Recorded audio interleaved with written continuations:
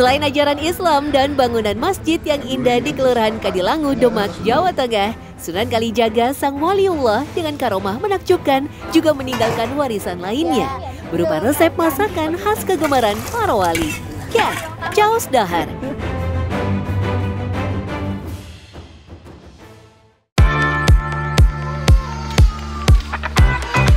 Hidangan spesial yang sering disajikan untuk tamu agung. Makanan kesukaan Sunan Kalijaga kini menjadi kuliner tradisional warisan leluhur yang sangat melegenda. Sudah hampir 5 abad, tradisi Caos Dahar masih lestari secara turun-temurun. Tak pernah absen, hadir dalam ritual khusus, terutama di malam Jumat Kliwon. Nah, di sini dipakai Caos Dahar itu ada 2. Yang pertama, orang punya hajat. Dia ngadain Caos Dahar, minta doa bersama supaya hajatnya terkabul. Yang kedua, orang bersyukur karena hajatnya terkabul. Dia ngadakan Caos Dahar di sini. Alhamdulillah hampir setiap Jumat kita ada Caos Dahar. Caos Dahar berasal dari bahasa Jawa krama alus yang berarti pemberi makan. Budaya Caos Dahar kala itu menjadi praktek pemberian makanan gratis yang dirintis oleh Sunan Kalijaga di tengah masyarakat Jawa pada masa penyebaran Islam. Pada masa itu juga bencana kelaparan melanda warga. Namun Sunan Kalijaga membantu masyarakat yang kesulitan agar mendapat hidangan bergizi, terutama lauk ikan. Begitu mulianya sang ulama. Meskipun berasal dari keluarga ningrat, Sunan Kalijaga memilih hidup berdampingan dengan rakyat jelata dan memperhatikan kesejahteraan masyarakatnya. Karena Caos Dahar itu pertama masakan yang tidak ada yang digoreng. Semua dibakar.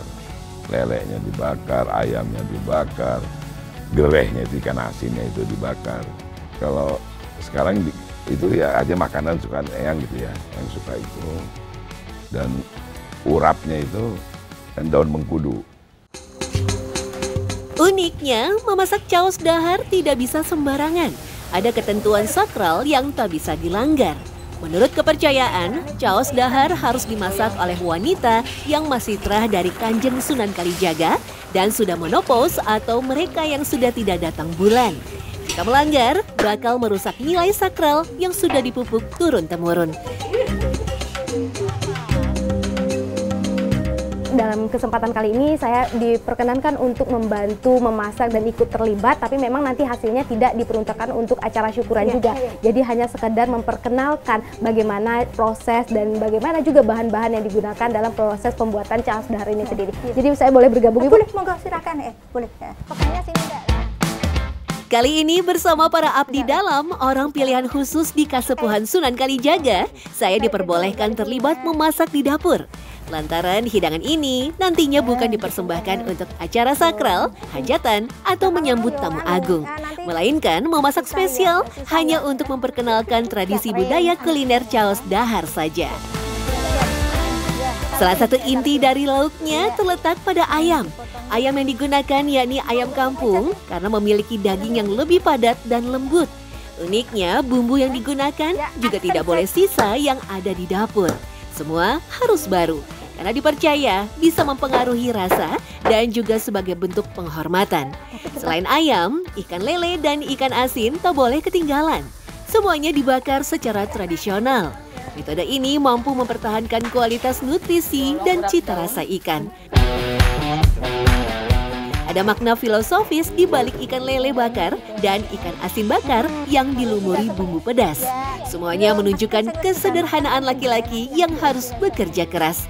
Ikan lele juga sebagai simbol ikan yang aktif bergerak dan ikan yang tangguh bisa bertahan hidup lama. Harapannya siapapun yang menikmatinya juga memiliki jiwa yang tangguh. Sedangkan lauk ayam merupakan simbol kekuatan besar bagi pemimpin yang harus benar-benar berkapasitas hebat. Dari dulu itu kan bakar itu pakai arang, pakai daun apa itu batok kelapa ya itu. Jadi itu kalau kita beda mungkin membakar dengan itu apa kompor yang ada itu kan kompor itu beda rasanya beda. Biar nanti rasa empuknya beda. Jadi kalau kita itu yang Sunan sukanya kok dulu itu keremenane, nah itu kok seperti itu ya kita sebagai ahli waris keturunan dari beliaunya, ya kita tetap mempertahankan kebudayaan adat peninggalan seperti ini. Saking spesialnya, masih ada aturan lain yang harus dipatuhi saat proses memasak caos dahar, yakni para abdi dalam dilarang icip-icip alias mengetes rasa, karena akan dianggap wisani atau masakan sudah bekas orang lain. Sehingga para abdi dalam harus sudah lihai soal rasa dan butuh ketajaman dalam menakar bumbu dengan penuh perhitungan. Bumbu dari caos dahar ini sudah hampir matang, tapi saya penasaran sekali, ingin sekali mencoba atau mencicipi untuk tahu bumbu dan rasanya itu seperti apa. Tapi mengingat ini caos dahar memiliki syarat untuk tidak boleh dicicipi karena itu bisa berarti bahwa memberikan makanan sisa kepada Sunan Kalijaga. Seperti Suwarti, seorang nenek berusia 70 tahun, sudah bertahun-tahun memasak menu yang sama, yakni caos dahar. Baginya, tidak ada lagi kesulitan dalam setiap aturan dan prosesnya, lantaran sudah terbiasa, termasuk perihal rasa. Itu ikan ayam satu, itu bawang seperempat, miri seperempat, cabenya seperempat, itu pas Jadi, gitu. Pas jadi selalu iya. sama Iya. itu terus. Garamnya 2 sendok, 2 makan itu, sendok makan. Itu pas, gak usah dicipi-cipi gitu. Caos dahar yang begitu istimewa membuat Suwarti yang mengabdi di Pendopo Noto Beratan, peninggalan Sunan Kalijaga, kerap melakukan ritual khusus sebelum turun ke dapur. Wah, ini kan menu spesial. Dari Mbak sendiri ada ritual khusus nggak Mbak sebelum masak ini? Ada. Apa Mbak? Ya mandi kecil, mandi besar, maka selawat dulu, biar bersih, biar sukses sama masak itu. Iya. Sayuran menjadi bagian penting melengkapi hidangan caos dahar. Salah satunya daun mengkudu. Tak heran jika di area pendopo peninggalan Sunan Kalijaga dipenuhi pohon mengkudu karena penggunaan daun mengkudu selalu dibutuhkan dalam jumlah banyak setiap kali memasak caos dahar. Salah satu komponen penting yang ada di caos dahar adalah penggunaan daun mengkudu seperti ini.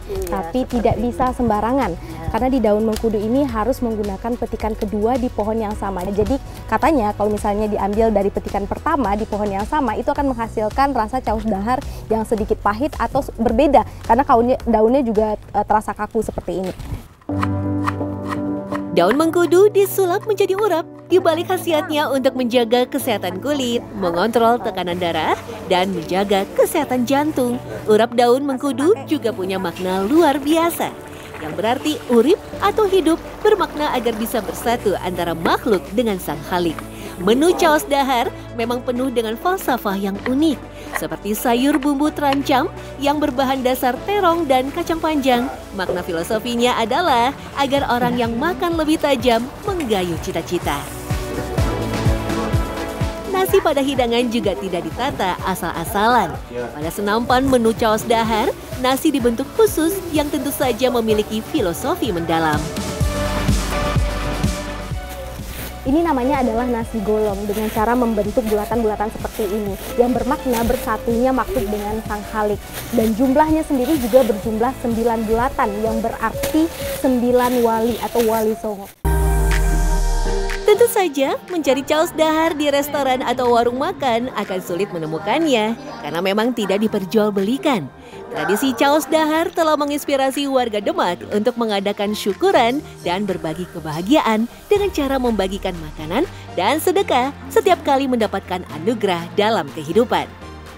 Ya, Sunan Kalijaga, salah satu wali songo termasyur, tidak hanya meninggalkan jejak pusaka dan peninggalan bertuah yang bersejarah saja, bahkan kuliner bernilai istimewa penuh makna.